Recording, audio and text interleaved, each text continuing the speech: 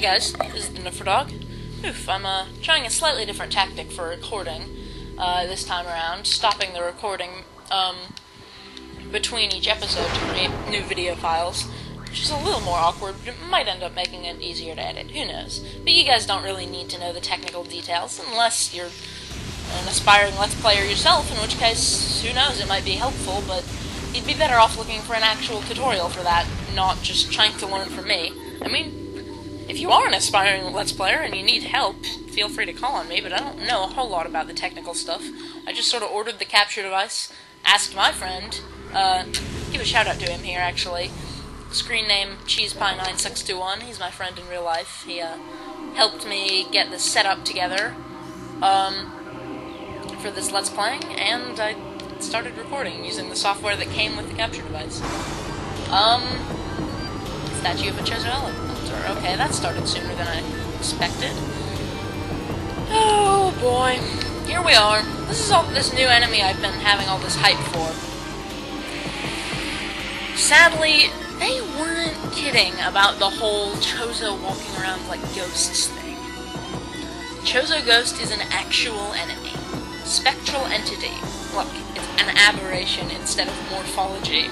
Bioelectric field, invulnerable to natural enemies. Man, this is starting to sound like an episode of Ghost Hunters or something. It's supposed to be sci-fi. Anyway, as these entities phase in and out of existence, the only way to track them accurately is with X-ray scanning. X-ray? Isn't that supposed to look for hard objects? It'd be easier to target the wall than target the freaking post.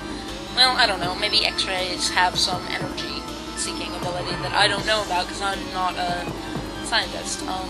Partially phased nature makes them invulnerable to natural energy types such as fire, ice, and electricity. Their aggressive and erratic behavior is most likely due to the corrupting effects of a phazon in the Talonfall environment. They appear to be drawn to Chozo religious sites where they wreak havoc upon anything that dares enter the area. These things!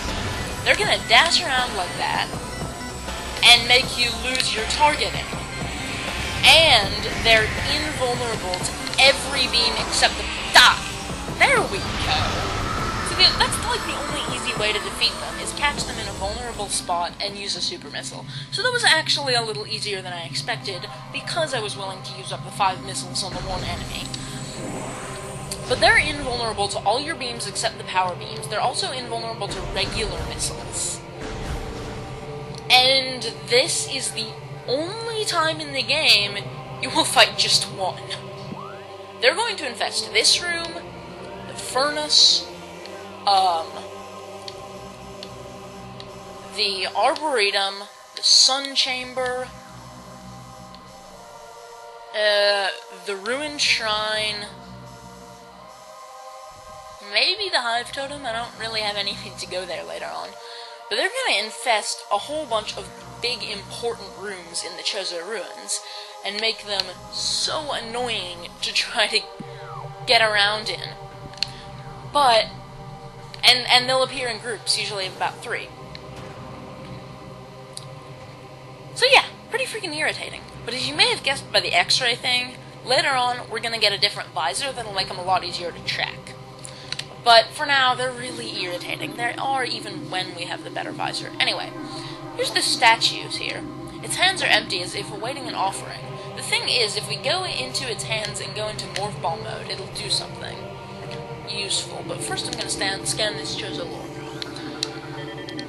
More and more, our tormented minds turn to the newborn. As the world continues to shift into brutal, disconnected images, she remains inarguably real. A fearless figure delving deeper into this blighted world, unmindful of the terrors that await her. Was she this way before?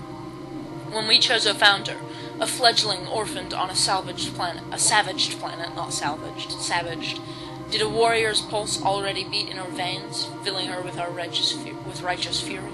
Our hopes lie with her. We leave these messages for her, that she may find our artifacts and deliver the world from its evils.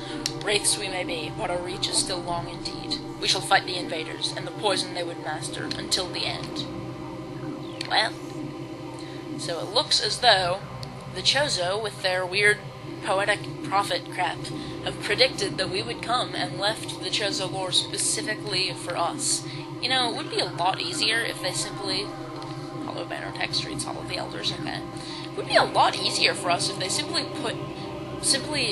did a forced exposition where one Chozo lore entry in one important place had all the important information, but that would be bad in terms of gameplay and game storytelling. So this, I don't know why they call it a bridge exactly, but it can apparently be rotated. Elder's greatest power lies beyond the second lock. Yes. So, this is kind of an interesting little, I don't know if it's exactly a puzzle, especially since we'll only be doing, like, one aspect of it at a time, since we need new beam weapons to do all of it. But, there's several different things we can do using this rotated bridge, getting launched into it by that statue. But here we're going to go up to the bomb slot, which is going to activate those 3 other bomb slots over there. That's going to be what allows us to rotate the bridge. But you can see they each have a different colored shield over them, comprised of a different energy wavelength.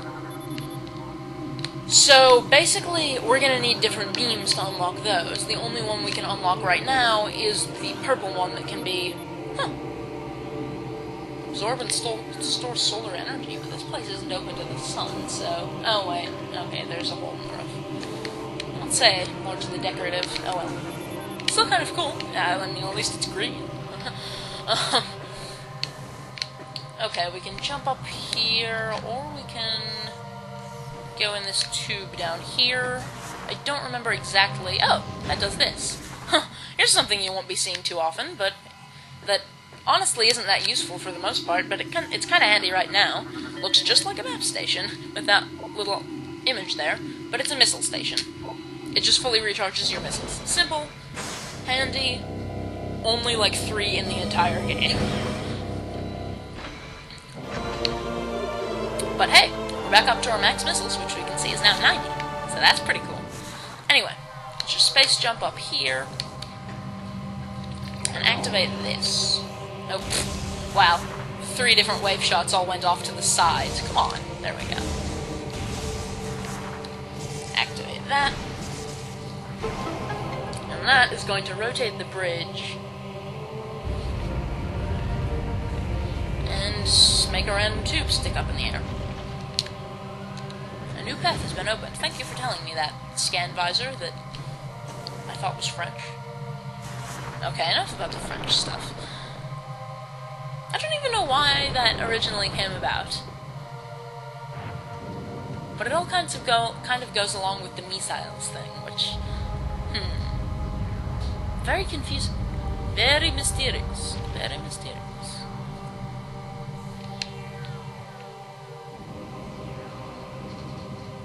So that's gonna put us up behind here, where this force field was, which we can now scan this to get rid of, which means we can simply space jump up to it from down there in the future.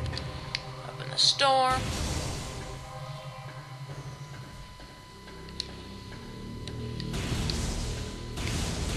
And here we are in another rather interesting room. We've got this pleasant pool here, but sadly, we're actually going to have to drain the water. And it's never going to come back. So tragic, isn't it? Also, it's flanked by a whole bunch of these stone toad guys. Fractures detected on drain cover. Drainage shutoff is holding, maintaining water level at 95%. Okay, so actually what we have to go down here is we have to go down and bomb that, which seems rather cruel. All those fish get forced down there, and that's going to drain the water. Wait a minute, if that drains the water, then... Then I forget what this is for. Maybe it's just telling us stuff and it doesn't actually do anything. Yeah, it doesn't. Okay. So, now that it's free of fluids, we can use it as a half-pipe to get up to the second floor, but we're probably going to be eaten by at least 1 or 2 stone toads along the way. Oh wow, I may have actually inadvertently picked a really great spot. Here's something we can destroy. Here's a stone toad. You're calling them stoned toads. That's awful. Those 2 we can just destroy blast shields on. The other one is a white door. Well, without further ado, let's go into the antechamber that our map has been telling us about. The ice beam. for getting one of the main beam upgrades in this game without even having to fight a boss. Although we make up for it probably like 5-fold by activating the stupid Chozo Ghosts everywhere.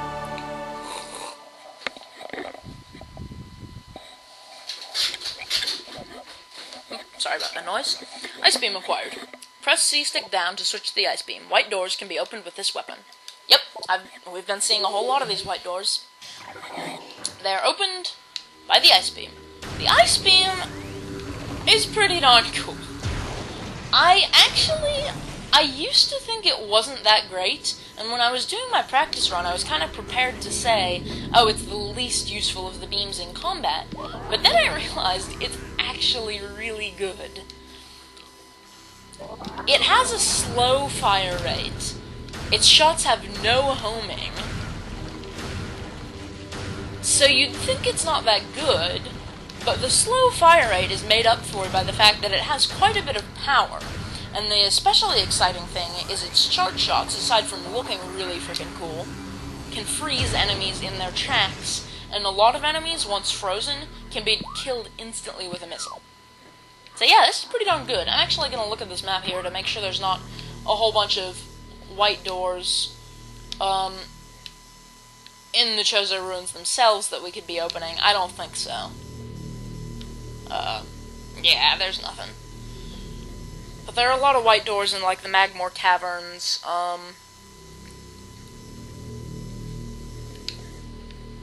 and some later areas we haven't been to yet.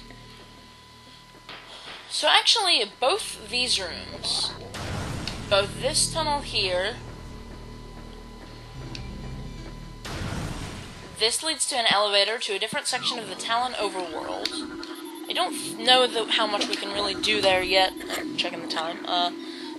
I don't actually remember exactly what part of the Talon Overworld this leads us to, so I don't know exactly how much we're going to do there yet. I'm going to show off the other room first, before we try going down either of these elevators. Oh, and the white doors on the sides of this room and this one, they're just little connector paths that lead into each other, so there's no particular reason to bother with those at the moment. Come on, load. So this is kind of an interesting room. It's a save station, but it's also got a morph ball tunnel that connects it to another elevator.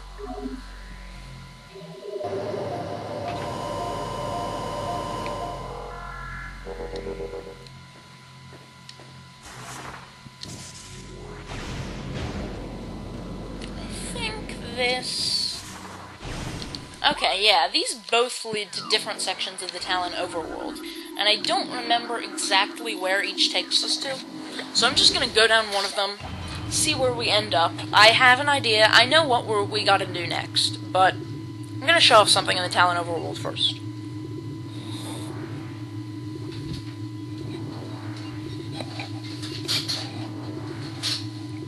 So we're finally starting to get kind of far along in this game, now that we've got 3 of the 4 beam weapons.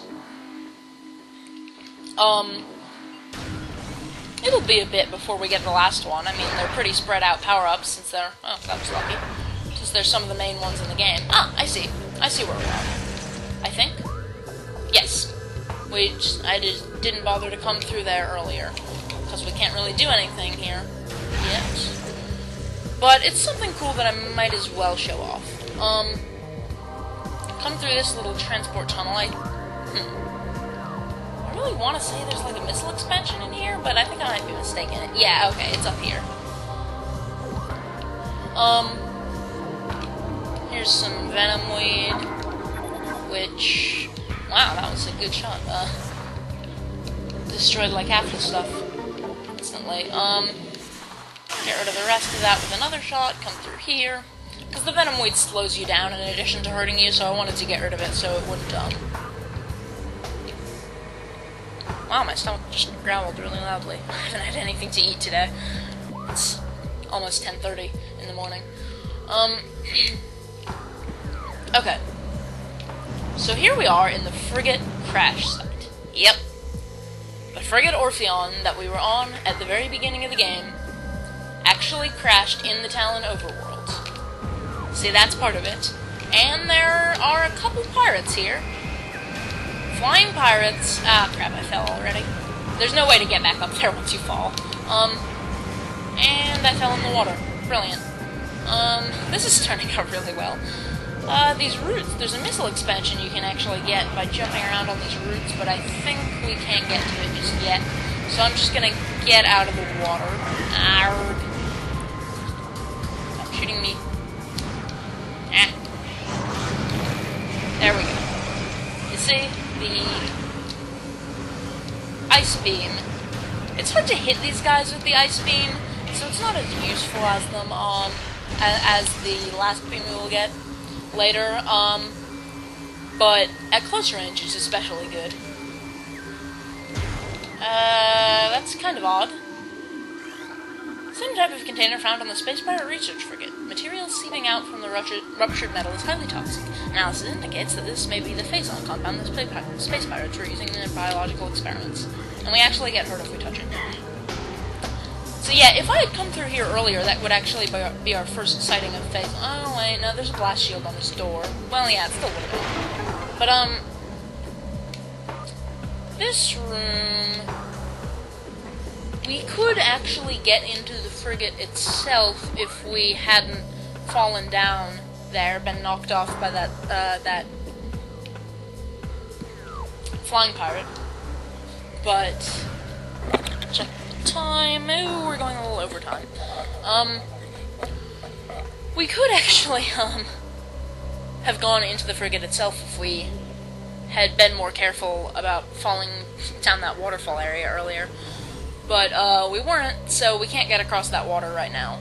But we don't need to anyway, because we can't really do anything in the frigate itself, because it's full of water. And one of the most awesome songs in this game. Seriously, it's great. The Metroid Metal remix of it is also amazing. But we're back at the landing site. Went a little overtime, so I'm going to call this an episode. And next time, we are going to go back to the Chozo Ruins, backtrack to the other elevator, and see where that's going to get us, and then we're going to do some other stuff in the Fendrana Drifts. Okay, see you then.